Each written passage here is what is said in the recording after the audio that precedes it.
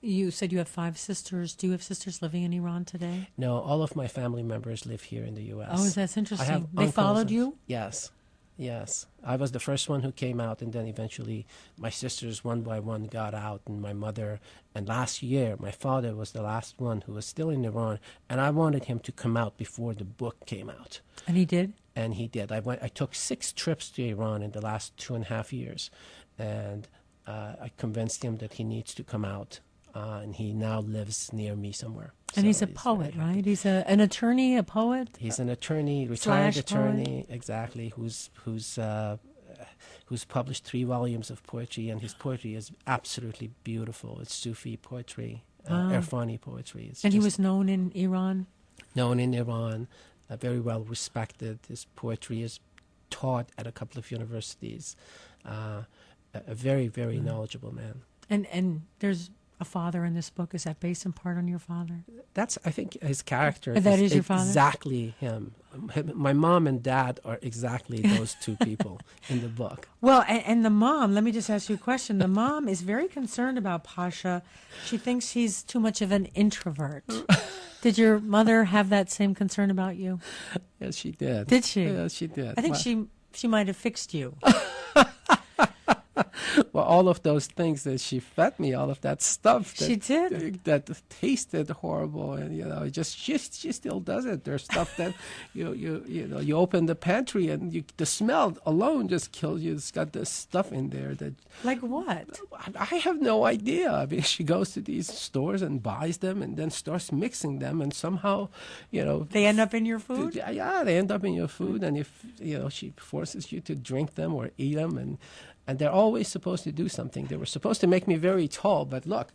But in the story, Pasha's mother essentially forces him to drink stuff to make him less of an introvert. Exactly. So she would put this thing that I think in the book I say tasted like engine oil, Yum. burnt engine oil. And she said she always, one of the things she always said was that the worse it tastes, the better it is, the more potent is the impact. So. And the less introverted you would be, right? Exactly. Let me get Bryn from North Philadelphia to join our conversation. Bryn, go ahead. You're on the air. Hi.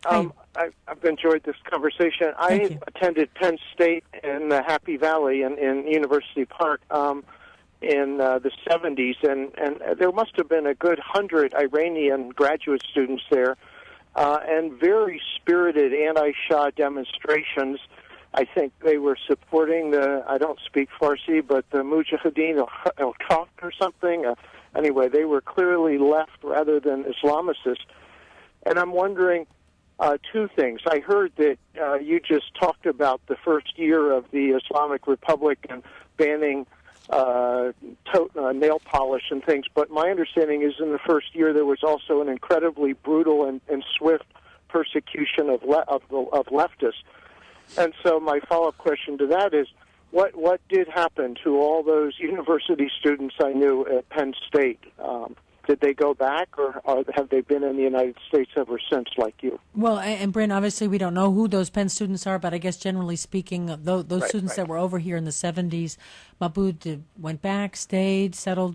Do you have a sense of that? Yes. Well, I think a lot of them did stay. Some obviously did go back. Some joined the group that Brent's talking about, the Mujahideen al-Khalq, and they were a Marxist Islamist group. So they were Marxists, but they believed in Islam, and this was very intelligent in their part because they believed in the ideas of Marx, but they knew that it wouldn't fly in Iran, a country in which people are extremely religious. So they added the religious dimension to it. They ended up right now they're in a camp in Iraq, and the Mujahideen are labeled as a terrorist group by the U.S. State Department, but they are under the protection of the U.S. government in Iraq, and they have, believe it or not, ties in the parliament here. and Congress. in the Congress, I'm sorry, with the have lobbyists. So it's kind of strange. They were very, very popular. You're right. There was a major crackdown of this group. Thousands of these poor kids were executed in the Evin prison over that first year.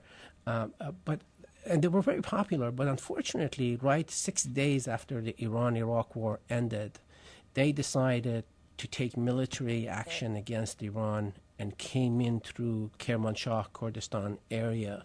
And ever since then, their popularity in Iran has really plummeted. Bryn, thanks for the call to Radio Times.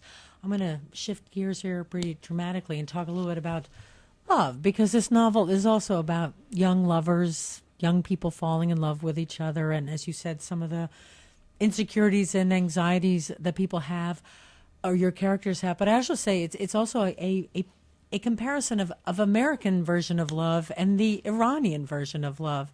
And one of the characters talks about in America, people court each other, it takes time. And in Iran, it's you have a glance, you look at someone and boom, you're in love. Yes. Is that how you see it? That is exactly. It takes us forever and you guys just fall instantly, right?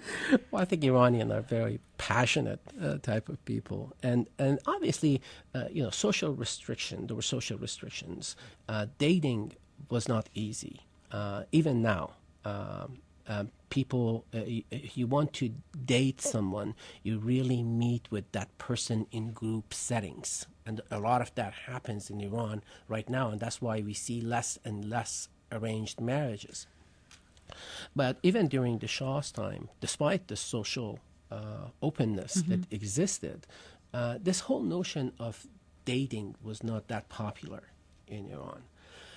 So love, as many of my Persian readers have written me emails, tell me they have had stories exactly very similar to the one that I have in here. You look at somebody and you love the way they look, and you something inside you snaps, and next thing you know, you're writing poetry. That's the that, isn't it? I mean, it's part of the that. Exactly.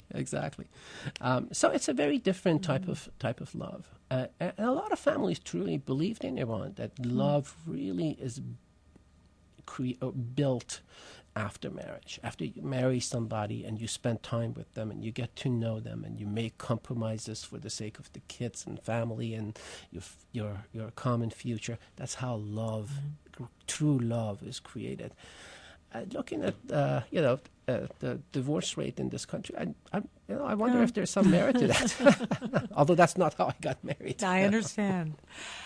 There's a little passage, too, where there's a talk about an arranged marriage, such as it is, and a lot of the conversation about money.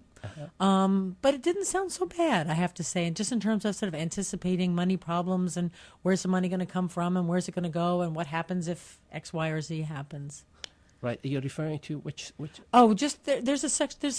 I don't have it at my fingertips, but just a small section about an arranged marriage and the kind of negotiations that go along among the parents. But eventually, as you write, it's about money. Absolutely, and it was, and a lot of these arranged marriages. I now remember which scene you're talking about. This is when Ahmed's girlfriend is being. One of the characters, Ahmed. Yeah. Exactly, and yes.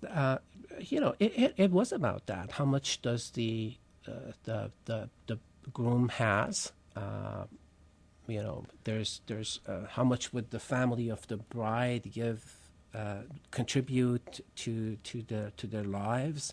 It's called jahize. Jahize is the furniture that the family of bride gives to the bride to take to the husband's home, and then of course if there's a divorce, the husband has to pay the wife. A lot of women didn't work in the old days, and even now I think the percentage of women who work in Iran is low compared to the rest of the industrialized world. So that was a economic blanket, security blanket.